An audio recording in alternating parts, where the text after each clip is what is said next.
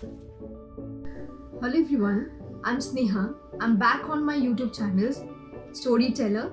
Wish you all a very happy Navabi. I hope you all are really enjoying this pujo. It's a bit different from the other years, but I hope you all have planned for good food, good movie, and you all have planned to enjoy this with your friends and family at home. So, why don't you have a good storytelling session? Today, I'm going to read out a story, The Room of Many Colors by Ruskin Bond. Last week, I wrote a story, and all the time I was writing it, I thought it was a good story.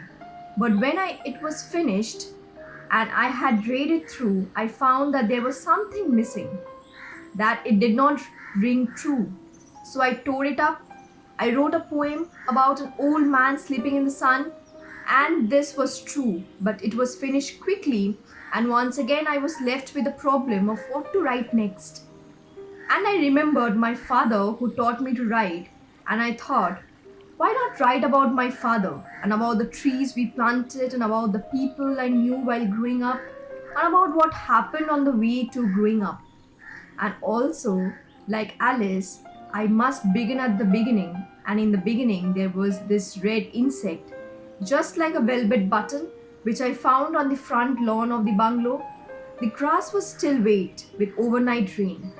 I placed the insect on the palm of my hand and took it into the house to show my father. Look, Dad, I said, I haven't seen an insect like this before. Where has it come from? Where did you find it? He asked. On the grass.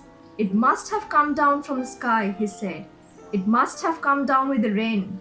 Later he told me how the insect really happened, but I preferred his first explanation. It was more fun to have it dropping from the sky. I was 7 at the time and my father was 37, but right from the beginning, he made me feel that I was old enough to talk to him about everything. Insects, people, trees, steam engine, King George, comics, crocodiles, the Mahatma, the Viceroy, America, Mozambique, and Timbuktu. We took long walks together, explored old ruins, chased butterflies, and waved to passing trains. My mother had gone away when I was 4, and I had very deep memories of her. Most other children had their mothers with them, and I found it a bit strange that mine could not stay. Whatever I asked my father why she had gone, he would say, "You'll understand when you grow up." And if I asked him where she had gone, he would look troubled and say, "I really don't know." This was the only question of mine to which he did not have an answer. But I was quite happy living alone with my father. I had never known any other kind of life. We were sitting on an old wall, looking out to sea at the couple of Arab dawns and tramp steamer when my father said, "Would you like to go to sea one day?" "Where does the sea go?" I asked. "It goes everywhere." "Does it go to the end of the world?" "It goes right round the world. It's a round world." "It can't be." "It is, but it's so big you can't see the roundness. When a fly sits on a watermelon, it can't see right round the melon, can it? The melon must seem quite flat to the fly. Well, in comparison to the world, we are much, much smaller than the tiniest of the insects. "Have you been around the world?" I asked. "No, only as far as England. That's where your grandfather was born. And my grandmother? She came to India from Norway when she was quite small. Norway is a cold land with mountains and snow and sea cutting deep into the land. I was there as a boy. It's very beautiful and the people are good and work hard. I would like to go there. You will one day. When you are older, I'll take you to the Norway." "Is it better than England?" "It's quite different." "Is it better than India?" "It's quite different." "Is India like England?" "No, it's different."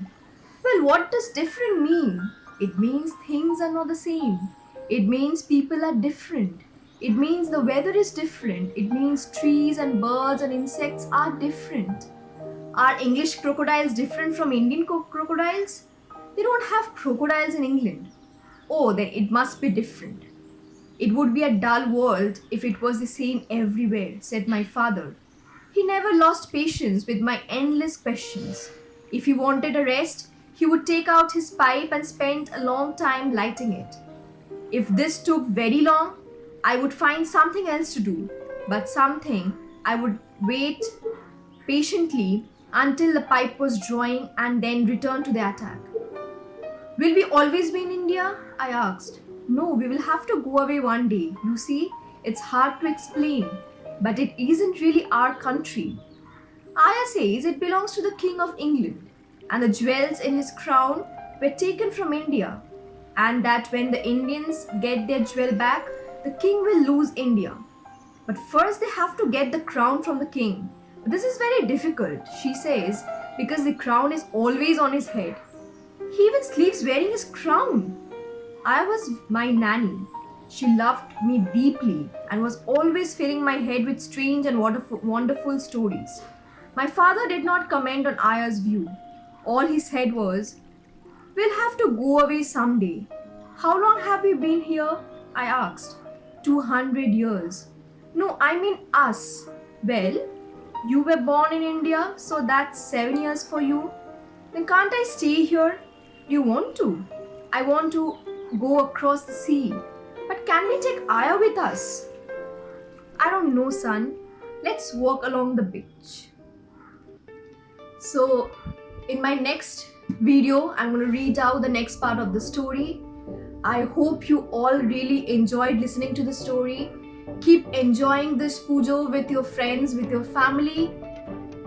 Eat good food, enjoy, stay at home, and be a responsible citizen. Thank you.